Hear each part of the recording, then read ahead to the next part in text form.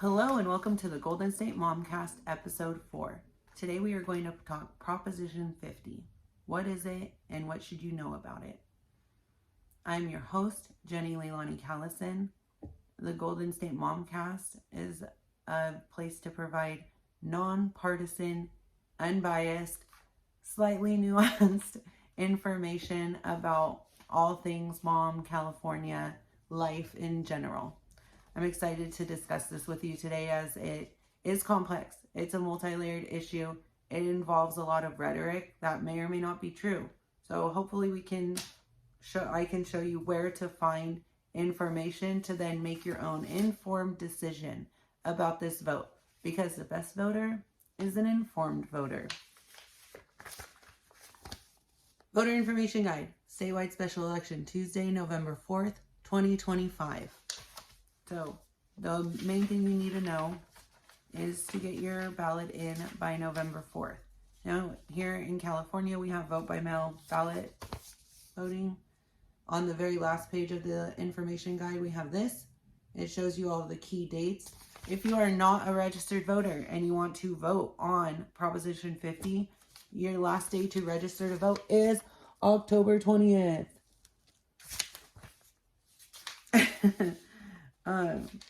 I actually, this last election, I took my cousin's wife to register and vote, and it was really just fun for me to know that, like, without me prompting her and actually going to pick her up and drive her to the voting place, that she wouldn't have voted. And I know it meant a lot to her, but, you know, as busy people, and often we're working, juggling life, hobbies, school, whatever else we have going on, including just like medical appointments.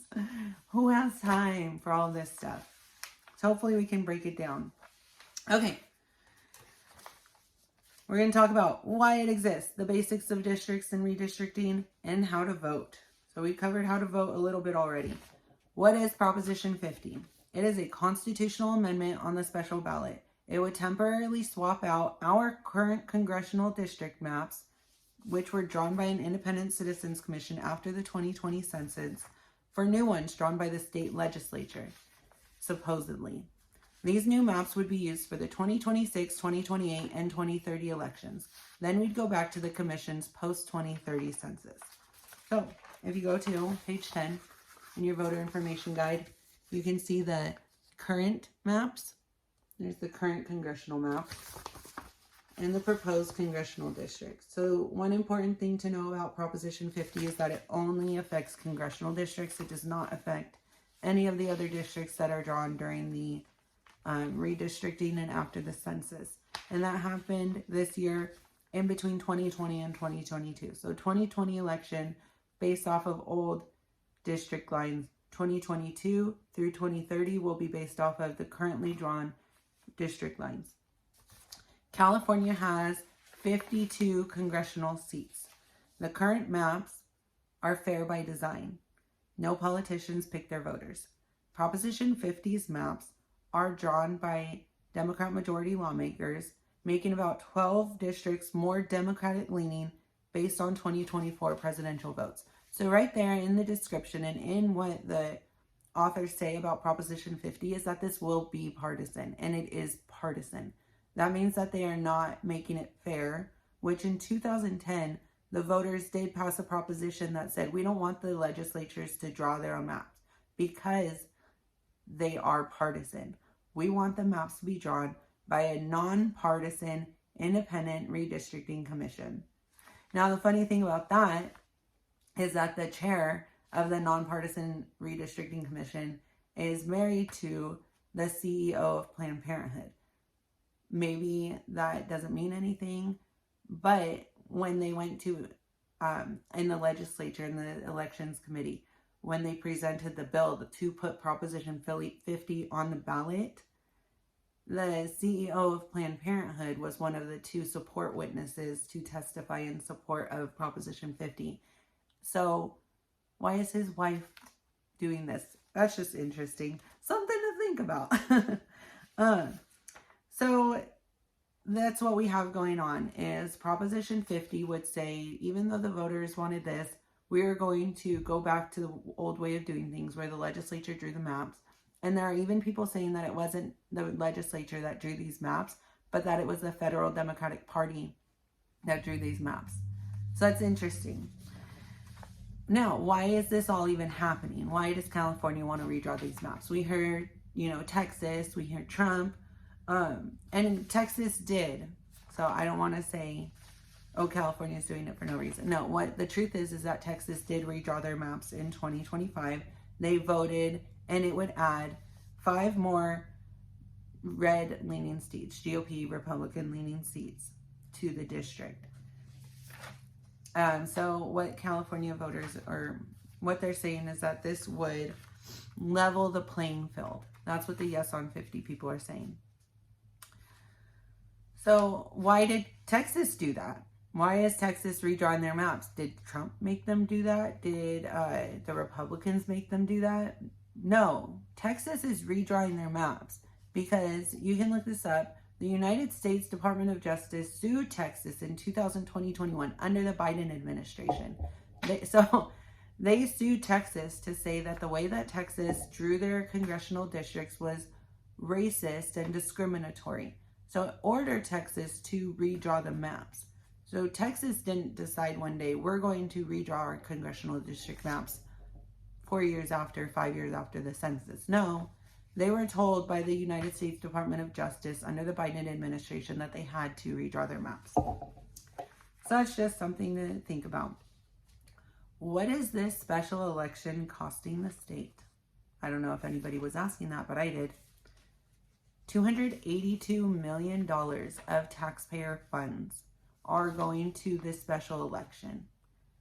If this special election were not held, all of that money would stay there. It wouldn't get spent on some other special election. It would just stay in the general fund and be used for purposes, or what I think should happen, it would go back to the voters.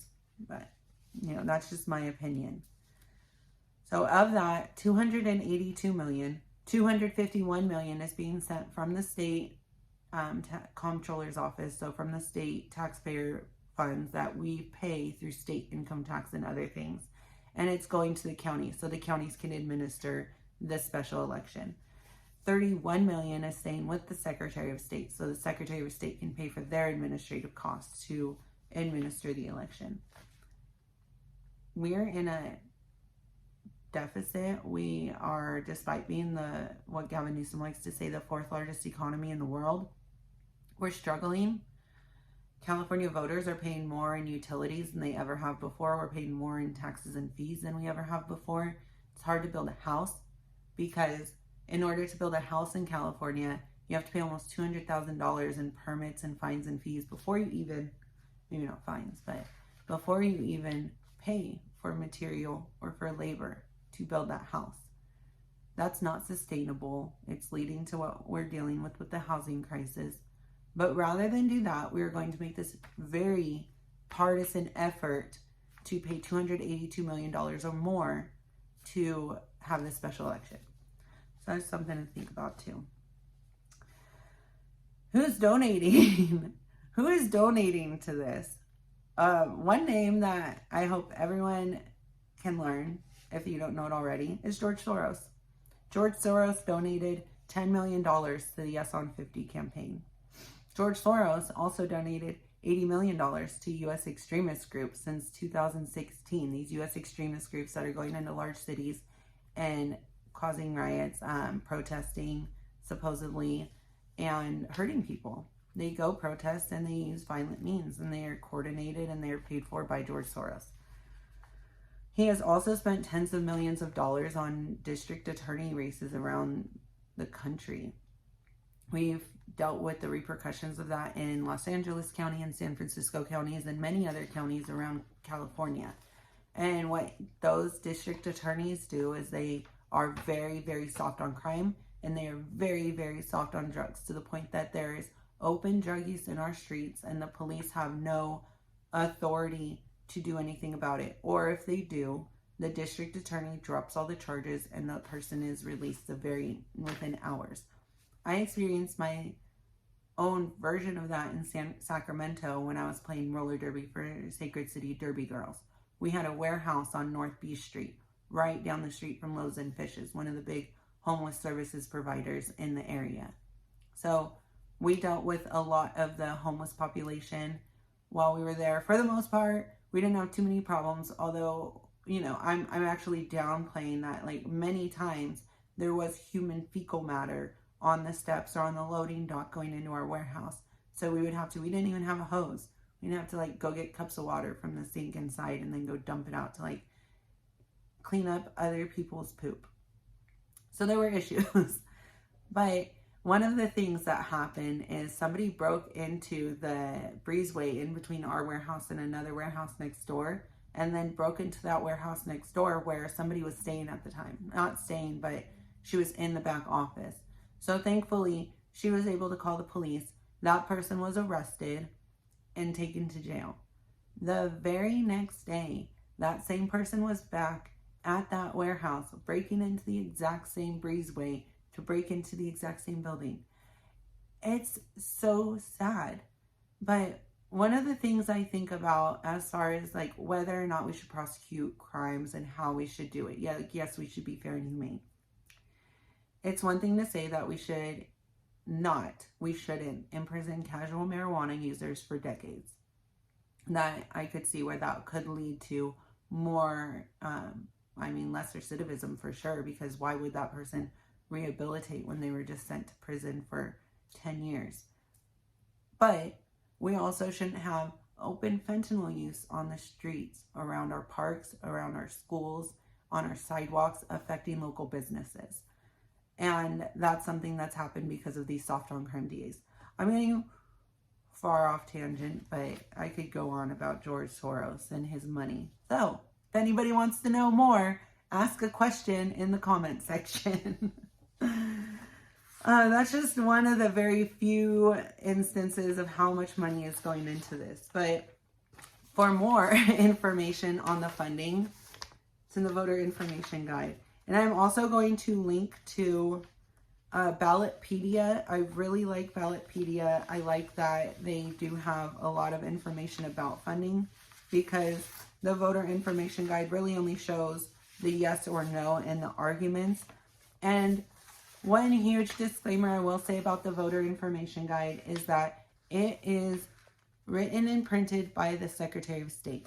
The Secretary of State is a partisan elected role, which means that the person says whether they are Republican or Democrat. And most school boards and city councils, you don't do that. The candidate doesn't have to say whether they are Republican or Democrat, and it should be a nonpartisan role. The Secretary of State is partisan, is a Democrat. So although it should be fair and it should be just and it should just say the truth, oftentimes the voter information guide and even the title of the proposition and the description of the proposition are very biased, and they don't tell the truth. One example of that is Prop 94 from, I think it was 2014, that led to a lot of this soft on crime policy that we have now. It's the one that made it so a felony crime was $950 or more. So it allowed for a lot of low-level theft of local businesses. And that meant a lot of retail workers, a lot of low-income retail workers are having to experience crime at their place of work on a daily or weekly basis. It's very, very sad what's happened. But that proposition was called the Safer Streets, Safer Communities Act. Okay, so that's just one example of misleading naming, even though as Californians and as Americans, I feel like we all have this idea that our elections committees and our Secretary of States are nonpartisan and are fair and just and are honest. We can't trust that. So the arguments for and against Proposition 50, you will find pages 16, 17. They have an argument for, they have the rebuttal to the argument for, and then they have the argument against and the rebuttal to the argument against. They also have on page 18 the Proposition 50 proposed amendment to the constitutional article. So the reason the voters have to vote on this is that it is amending the Constitution. Not even sure if this is constitutionally just and fair, but I think they're hoping to change the congressional districts up before the courts can say that what they did wasn't right, and that what they did, even getting this through the legislative process, may have been unconstitutional. But that's just my opinion. Okay, so there was a poll that did not ask respondents about their support or opposition to the proposal itself.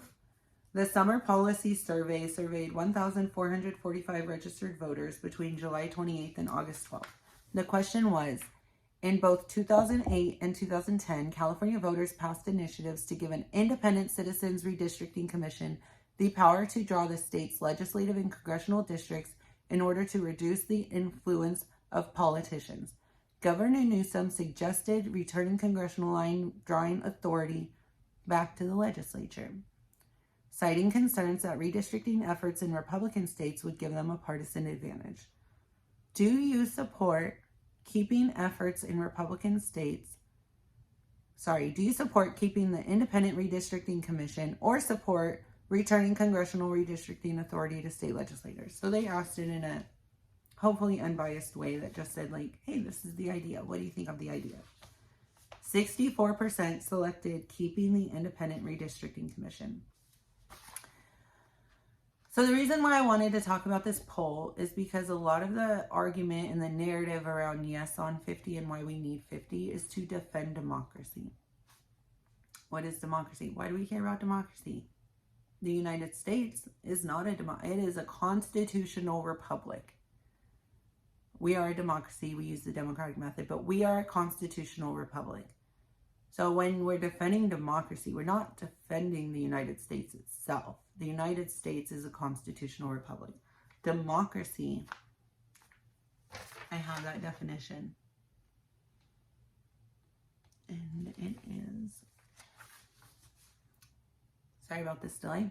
I'm hoping not to really edit this video, so it comes up quick. A system of government by the whole population of or all the eligible members of a state, typically through elected representatives. A system of government by the whole population or all the eligible members of a state. So Proposition 50 actually takes what the whole population or eligible members of the state decided in 2010, which was to give this to an independent redistricting commission, and instead gives it to the legislature. So this is actually going against what the whole population or all eligible members of a state decided in 2010. So whether this yes on 50 thing is defending democracy or not, I would say probably not. You can make your own decision about that. So for my hot take, because I do have an opinion, obviously, and I will have a vote, and I am voting no on Proposition 50. If you would like to know why, or for more information, please ask in the comments. So these are the impacts. What could happen if Proposition 50 passes, and what would happen if it doesn't pass? If it doesn't pass, it's the status quo. It stays the same. Congressional districts stay the same. What it could be nationally is that Texas has redrawn their districts, and they may pick up four more. I think that was the total number, was 4 more Republican seats than they have currently. But that's not decided yet. The voters will still have to vote to then elect those members of Congress. So whether or not they'll vote in that direction has yet to be determined. Let me just kick the camera and change this up a little. Okay, not editing. If yes on 50 passes here in California at the next election, which they say is 2026, 2028, and 2030, for those congressional seats, they will be based off of these new lines that are found in page 11 of the voter information guide, rather than the old lines that are in page 12. it's interesting if you look at the lines and how they're drawn and how they're different. So these are the current lines.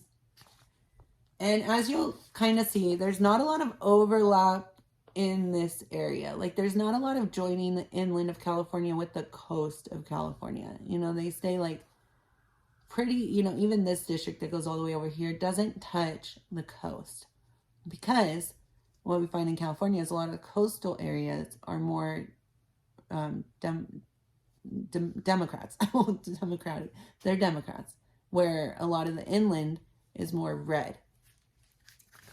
So what you'll see here, I'm going to go this way. There we go. What you'll see here is that it gets a lot closer. Actually here, the inland does touch the coast. Here, the inland goes very, very close to the coast. And there we go. There's a few others that get very close and they start inching their way in.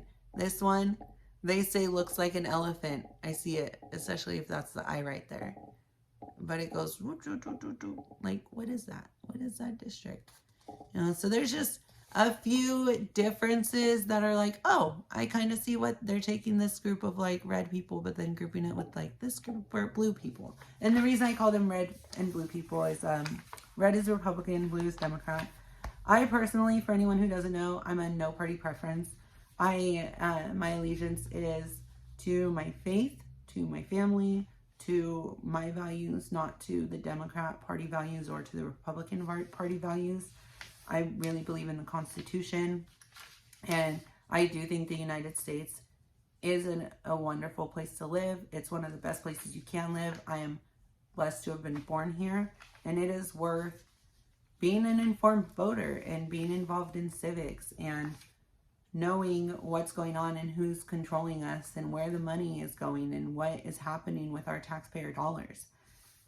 It's worth it, and it's worth it because my children live here. Your children live here if you have children.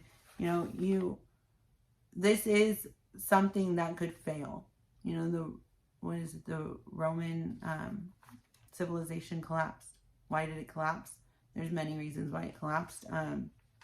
But there are many parallels between now and then, and what's happening with our government, what's happening with our institutions.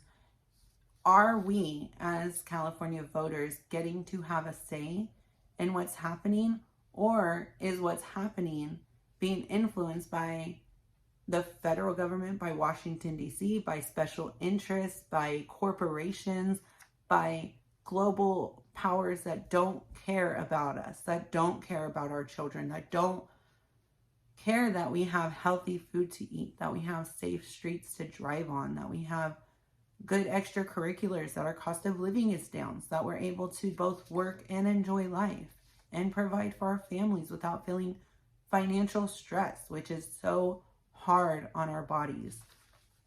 So that's what I care about. Okay, I'm going to wrap this up. I would love to talk more about this and to answer questions, but I don't want to take too much time. We're getting close to 25 minutes. So, statewide election, Tuesday, November 4th, 2025. That's when you can go in and vote early. People are already voting now. The voting period to return your mail-in ballot is October 6th through November 4th. And again, if you are not registered to vote, October 20th. That is your last day to register to vote. I do believe in California, same-day voter registration is available at your county elections office or voting location. So you can still vote if you're not registered to vote after October 20th, but you have to go in person. You cannot get a mail-in ballot. I encourage you to do that. I also encourage you to do your own research. Go to the Secretary of State website, read your voter information guide. And one other website that I like is Ballotpedia. So like encyclopedia, but for your ballot, for your voter ballot. And I will link that and a few other links into the description of the YouTube comments.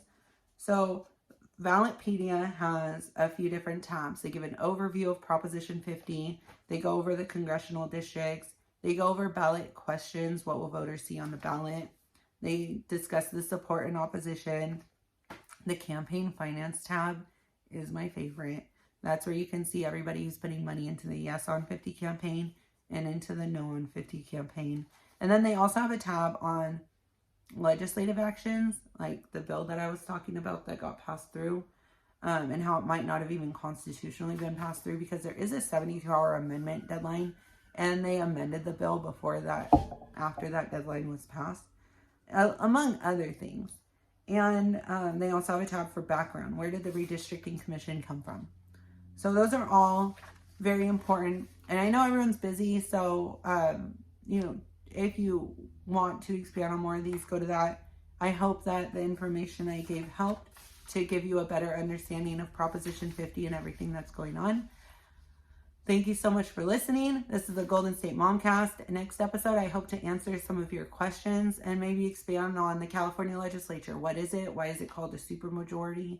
How do they influence what goes on in our everyday lives and our state budget? And how do they interact with the executive and the judicial branches? Because just for a little bit of background, I worked for the state legislature for 14 years, so I feel like a little bit qualified to expand on this subject a bit.